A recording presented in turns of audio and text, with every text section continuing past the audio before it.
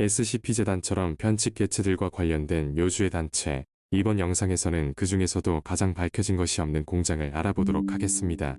공장 소개. 공장은 노동자들을 재료로 SCP를 만들어내는 장소입니다. SCP-001의 가능성 중 하나인 공장과 같은 존재로 모든 SCP들이 만들어진 곳이라는 가설을 따르고 있습니다. 공장은 부유한 경영가였던 제임스 앤더슨의 이름을 딴 것으로 알려진 건물로 이 개체는 미국 어딘가에 위치해 있다고 합니다. 겉으로는 평범한 공장처럼 보이지만 실체는 사탄 숭배자들의 비밀기지로 활용되었습니다. 이 공장에서 생산되는 것들은 기이하고 현대 기술로는 알 수 없는 것들이 많이 있다고 합니다. 이곳에서 나온 것들을 재단은 SCP로 지정하고 관리하기 시작한 것이 SCP의 유래가 되었다고 합니다. 공장 노동자들이 공장의 SCP로 만들어지는 재료가 된다는 무서운 이야기가 전해지고 있습니다.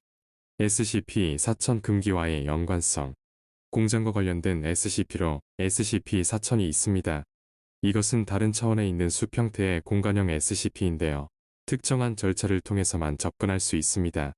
만약 규칙을 지키지 않으면 다양한 형태로 공격을 받게 됩니다. 가장 중요한 규칙은 이 공간과 공간 안의 개체의 이름을 말하지 않는 것입니다.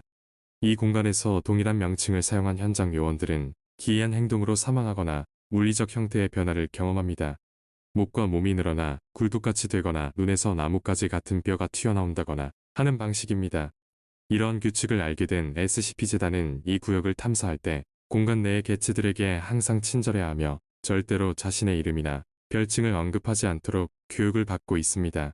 이 숲의 개체들의 정체는 요정이라 불리는 존재들이었습니다.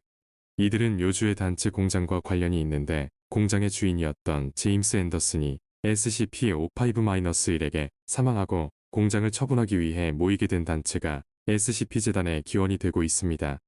이 SCP-재단에 1911년 요정들이 쳐들어와 재단 인원들을 궁지로 몰아넣어 승리하기 직전 SCP-재단에서 모종의 거래를 통해 공장에 제임스 앤더슨의 시체를 바침으로써 시간을 되돌려 요정들을 상대로 승리하였다고 합니다. 이 SCP-4000에 있는 존재들은 살아남은 소수의 요정들이 살고 있는 공간인 것입니다.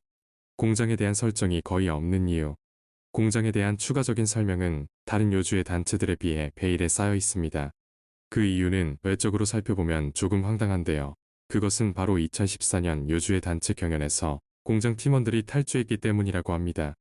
SCP-001 가능성 중 하나이며 SCP-4000이라는 중요한 일련 번호를 두 개나 연관짓고 있는 요주의 단체이지만 이러한 속사정으로 인해 더 다양한 설정이 만들어지지 않은 채 세계관이 확장되어 버려 미스테리한 이미지로 남게 되었습니다.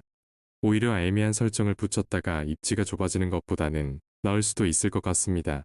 가장 베일에 쌓여있는 요주의 단체 공장에 대해 알아보았는데요.